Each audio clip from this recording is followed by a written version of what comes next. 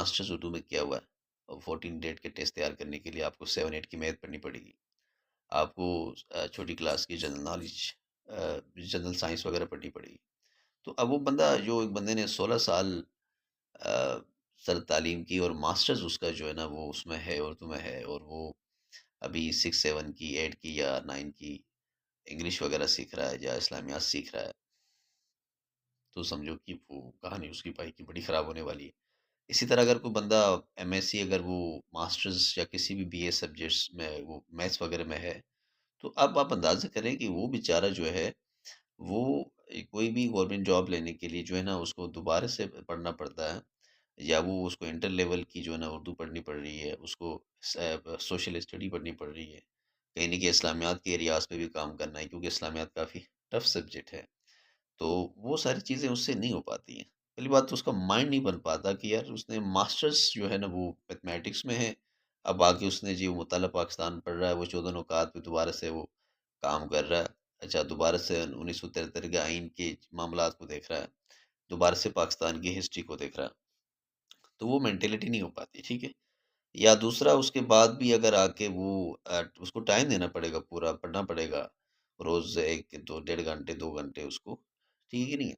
तो इस तरह से मुश्किल हो जाता है बहुत ज़्यादा। अभी हम देख रहे हैं करंट सिनेरियो में, तो जितने भी 14 स्केल, इवन कि 16 स्केल तक के जो टेस्ट हैं गवर्नमेंट जॉब रिलेवेंट, वो भी ज़्यादा पढ़े लिखे लोग नहीं, एवरेज किस्म के लोग, जैसे ग्रेजुएट लेवल के लोग हैं। ग्रेजुएशन एक अच्छा लेवल है। आप जितने भी टेस्ट का जो रेशो निकालें ना, 16 या 17 स्केल तक के भी, तो अच्छा जो टेस्ट पास करने वाले लोगों का जो रेशो है, वो ग्रेजुएट्स होते हैं। पीएचडी स्कॉलर्स या जिसने स्पेशलाइजेशन की है या जो मास्टर्स है, उनका रेशो बहुत कम हो जाता है। या इंटर या मैट्रिक लेवल के लोग भी कम, एवरेज जो रेशो है, वो जो सही कॉम्पिटेंट किस्म के लोग होते हैं, वो ग्रेजुएट किस्म के लोग, ग्रेजुएशन लेवल के लोग होते हैं, ठीक है? तो इस पे ज़रा आप कोशिश करिएगा, लिहाज़ा ओवर क्वालिफ़ाइड ना हो। अब हम देखते हैं प्रीवियस कई सालों से भी गवर्नमेंट जॉब के अंदर हमारे बहुत सारे अहबाब हैं, जो गवर्नमेंट टीचर्स हैं, तो उनमें भी देखें कि एवरेज जो हमारे पास जो लोग हैं टेस्ट पास करने वाले, वो 2 तरह के हैं। एक तो ग्रेजुएट्स हैं, या वो पढ़े लिखे लोग हैं जो एजुकेशन से टच थे। तो एजुकेशन से कहीं न कहीं चीज़ें डेली बेस पे वो कहीं स्कूल में, ट्यूशन्स में या कहीं होम ट्यूटर के तौर पर काम कर रहे थे। तो उनकी प्रैक्टिस अच्छी थी, उनको थोड़ा आइडिया था, और सिलेबस की बैठ के तैयारी भी की, तो वो क्लियर कर गए, ठीक है? तो याद रखिएगा, ओवर क्वालिफ़ाइड आदमी कहीं का नहीं रहता, और उसके पास ज़िंदगी का वक़्त भी नहीं बचता, क्योंकि वो पढ़ते-पढ़ते 30-35 साल का हो जाता है। कुछ तो पीएचडी के चक्कर में 40 साल में भी पहुँच जाते हैं। तो आगे उनके पास ज़िंदगी नहीं बचती, फिर वो ब्रेन स्टेमिना नहीं बचता, बॉडी के अंदर स्टेमिना नहीं बचता, वो जज़्बा, वो जुनून पढ़ने की वो हिम्मत नहीं बचती। तो लाइफ़ के प्रेशर के अंदर आते हैं, फिर वो सही प्रॉपर्ली काम नहीं कर पाते। इसलिए कोशिश करनी चाहिए कि इंसान को मैट्रिक के बाद या इंटर ग्रेजुएशन के बाद जॉब की तरफ वो आ जाए, या बिज़नेस को देखे। लोग जब पहले जॉब ले, अगर वो पढ़ने का भी उसको अगर कोई मोटिवेशन है, या पढ़ने के भी कोई मकासद उसके हैं, या पढ़ने का जुनून है, तो जॉब के बाद वो आगे इस चीज़ को कैरी ऑन करे। अगर पढ़ने का जुनून आप में है, तो मेरे ख्याल में आपको एजुकेशन की तरफ आना चाहिए, क्योंकि ये एक अच्छी प्लेटफॉर्म है जहाँ से आप आगे बढ़ सकते हैं। और जो डिग्रियाँ आप लेंगे आगे जाके, उन डिग्रियों का भी रिवार्ड आपको कन्वेंस उसकी शक्ल में मिलता है। ठीक नहीं, जो डिग्रियों के इजाफी चार्जेस सैलरीज के अंदर होती हैं, तो वो डिग्रियों का एक फ़ंड होता है, वो मिलता है आपको। गवर्नमेंट वो आपको ऐड करती है आपकी सैलरी के साथ per month.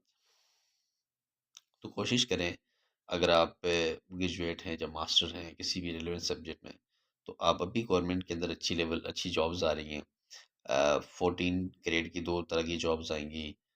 14 grade junior elementary science teacher के, उसमें जितने भी साइंस एलिमेंट बच्चे हैं, जो लोग हैं यूनिवर्सिटी से फ़ारिग हो रहे हैं, अपने डॉक्यूमेंट्स को ठीक कीजिएगा। सिंध के अंदर ख़ास तौर पर गवर्नमेंट जॉब आपने अगर लेनी है, तो आपको जो है ना वो अपनी डोमिसाइल और अपने सीएनआईसी के जो एड्रेस हैं, उसके ऊपर काम करना पड़ेगा।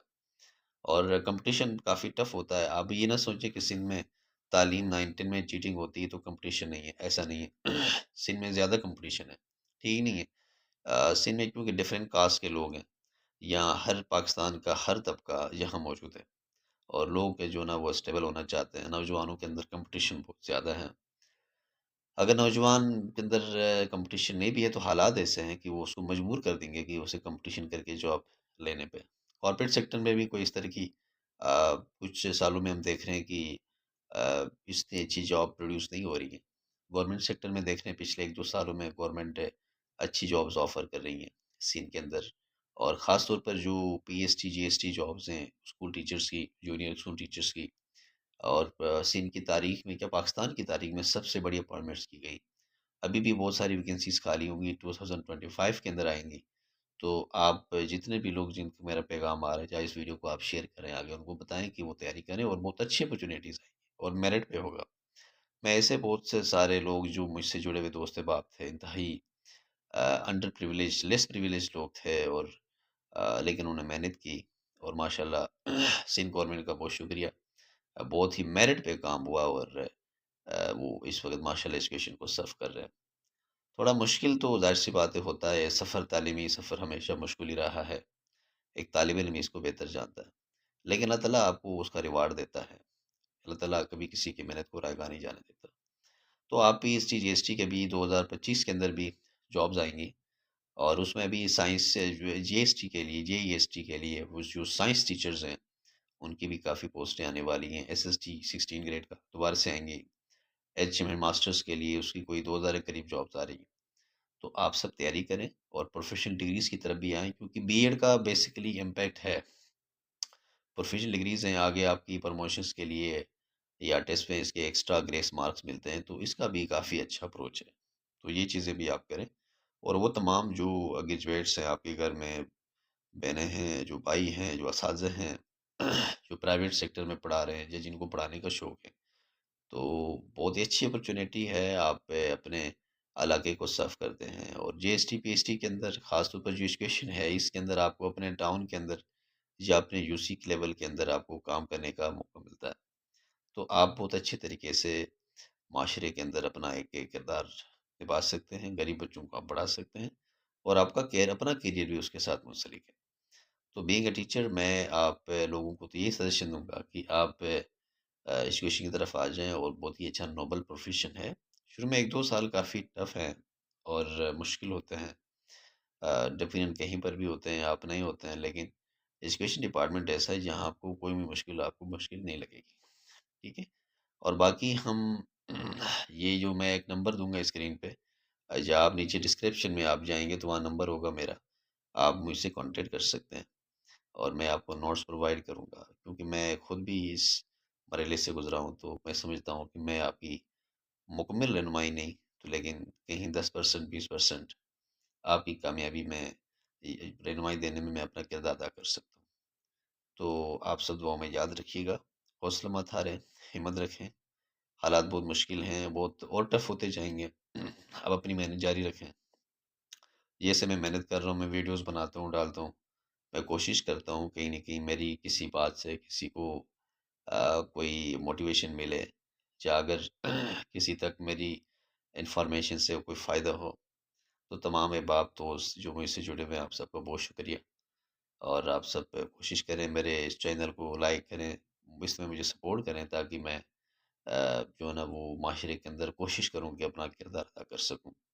आप सबकी दुआओं की ज़रूरत है और चैनल को लाइक करें, शेयर करें, सब्सक्राइब करें और यही आप लोगों की मेरे लिए बहुत बड़ी सपोर्ट होगी। Thank you very much.